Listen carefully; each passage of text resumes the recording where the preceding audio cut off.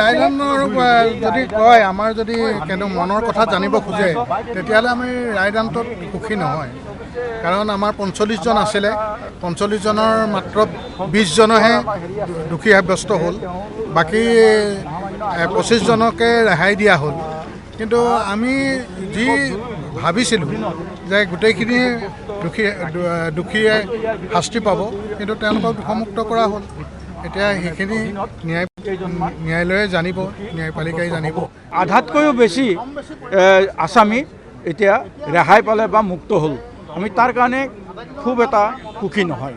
আৰু যিখিনি হয়তো দোষী সাব্যস্ত হৈছে এই 20জনৰ ভিতৰতো 302 ধাৰাত যিসকল দোষী সাব্যস্ত হ'ব তেওঁলোকৰ অন্তত দৃষ্টান্তমূলক শাস্তি হিচাপে ফাঁচি হোৱাটো আমি বিচাৰিছোঁ।